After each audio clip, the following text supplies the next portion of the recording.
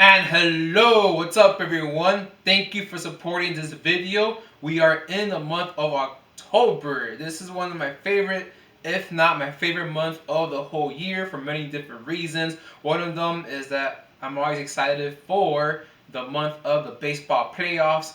But beyond all those reasons, the main reason why I'm so excited about this month of October is because this is officially the month of the Rosary. That's right. October is dedicated to the Holy Rosary, and I actually have a brand new video that I posted before this one very recently on Monday, as a matter of fact, and it's about St. Padre Pio and his devotion to the Holy Rosary. He is one of my favorite saints. And be on the lookout because right here on this same YouTube channel, we'll be releasing videos about other saints and their devotion to the Rosary. I'm going to be releasing videos about Our Lady's messages, the Blessed Virgin Mary, what she said about the Rosary and apparitions, such as at Fatima, at Akita, at Lourdes. And I'm also going to be talking about the miraculous victories for the church, for nations, and for the world that happen thanks to the power of the Holy Rosary and radical conversions that happen as well. The Rosary is very powerful. And my main guide will be this book. This book right here, Champions of the Rosary. You can get it online. It's a vast book with a deep history about the Rosary, how it came about, how it was passed down to different church leaders that became saints, and so on and so forth.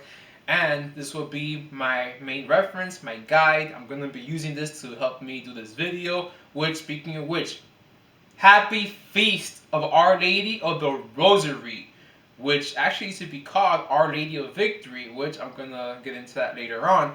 But despite the actual feast day being yesterday, October 7th, I think it's just right and it's important to celebrate that title of Mary, Our Lady of the Rosary, throughout the whole month of October, which is the month of the Rosary. So I'm going to be talking today about the miraculous victory in the great battle at Lepanto. So what exactly happened at the Battle of Lepanto, which was October 1571?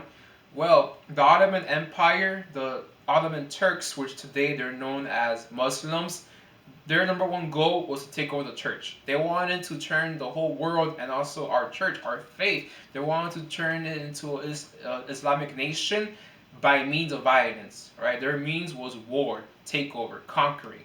And what happened was a key player in all this, Pope Pius V, he knew that this was a threat to the church, and he formed something called the Holy League, La Liga Santa. Unfortunately, there's different countries that he reached out to come help, to come defend the church, to fight for our faith. But some countries such as England and France, they said no. As a matter of fact, this was during the time when England and France, they're taking over our monasteries, our cathedrals, and beheading priests, unfortunately. However, God provides, especially when it comes to fighting for the church and for our faith and for Our Lady.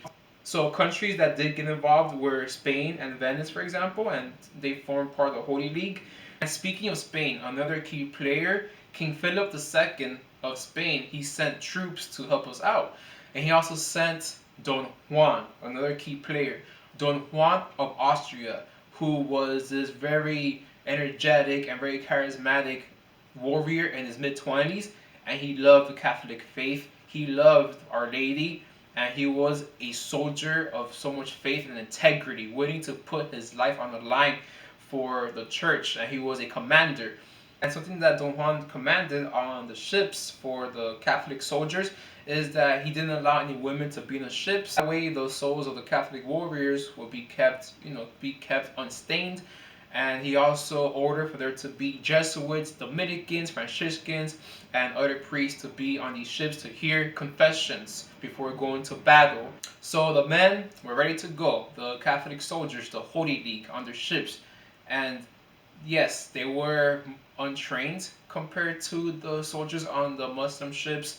They were more inexperienced compared to the Ottoman Empire, and they had their swords with them. They got their battle armor, all of that. But here's one thing that we had that the Ottoman Empire did not have: a more important sword, a spiritual sword, the Rosary.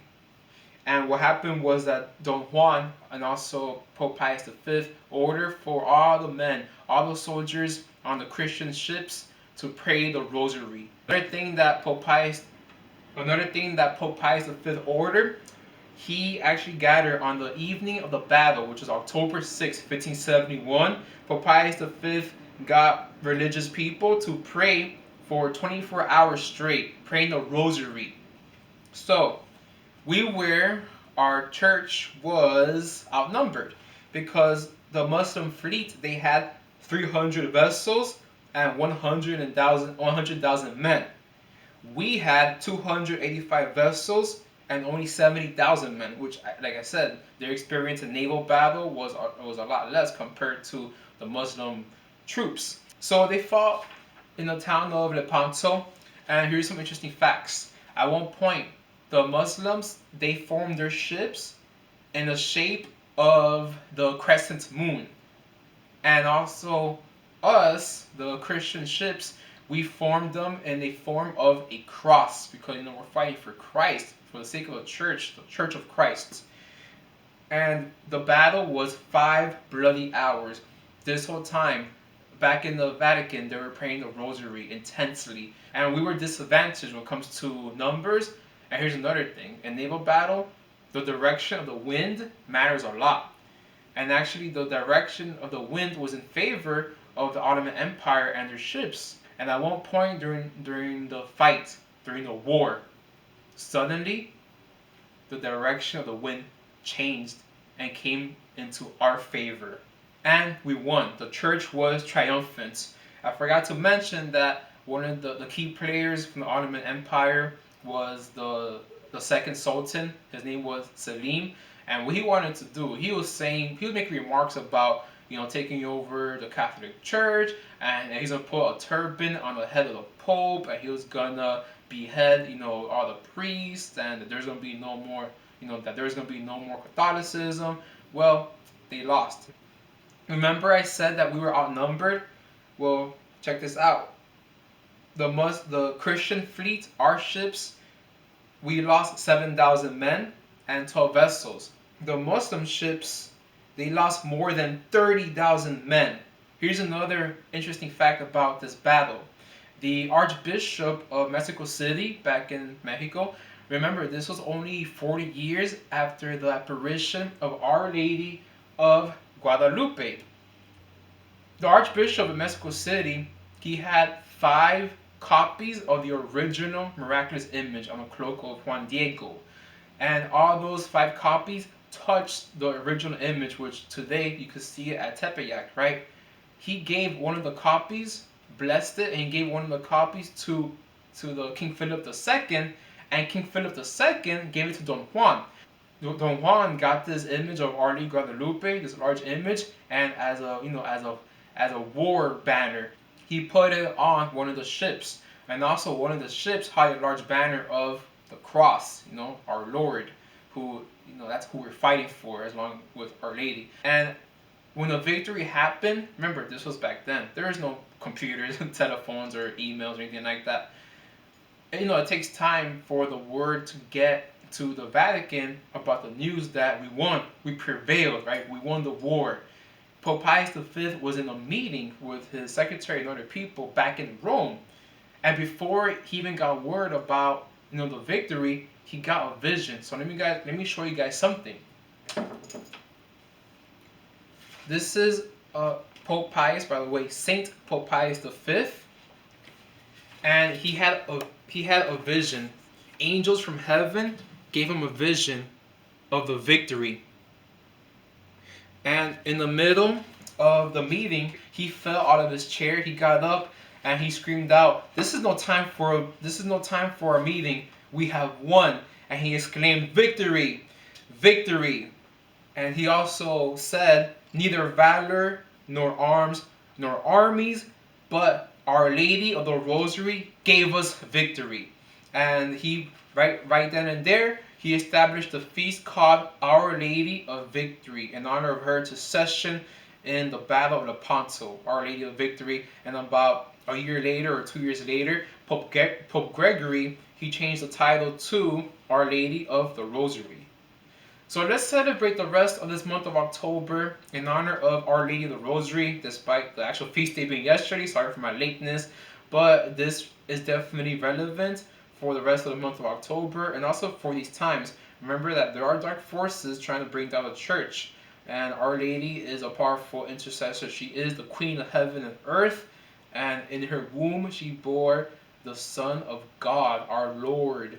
And she was assumed into heaven and crowned by Jesus. She is our Queen of heaven and earth. Our Lady is the Queen of all nations. And as Catholics, if we truly devote ourselves to the Lord through Our Lady and devote ourselves to the Holy Rosary, miraculous victories can happen. Throughout the years, there's been a lot of physical threats and attacks against the church.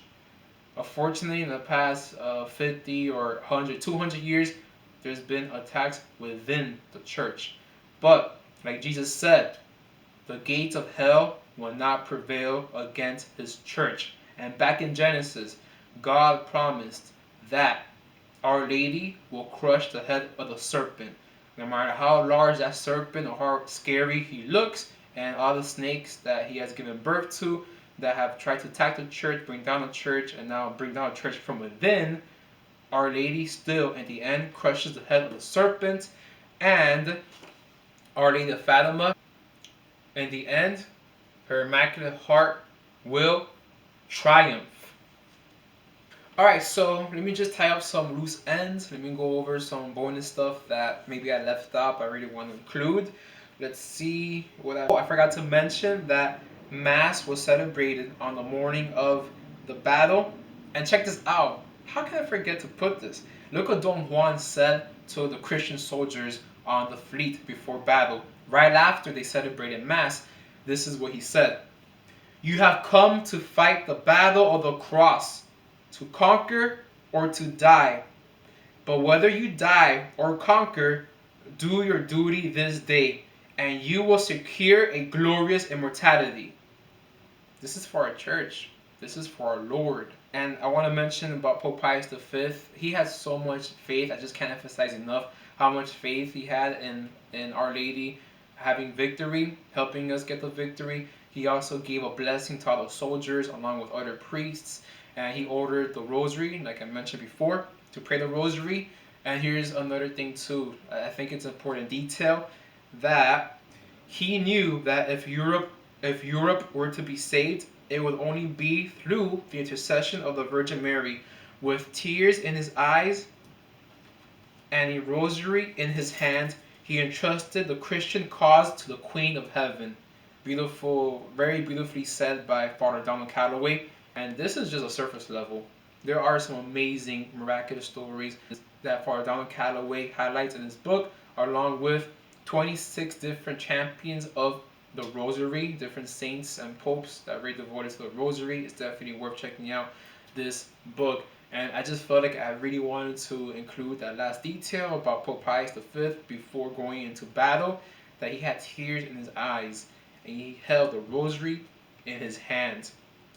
Alright, everyone, thank you for your time. Please keep me in your prayers and let's spread devotion to the Holy Rosary and entrust the intentions of our Holy Church into the hands of Our Lady of the Rosary, Our Lady of Victory. Thank you. And please make sure to look out for more videos on the same YouTube channel throughout the month of October. And please share this video with others. I would definitely appreciate it.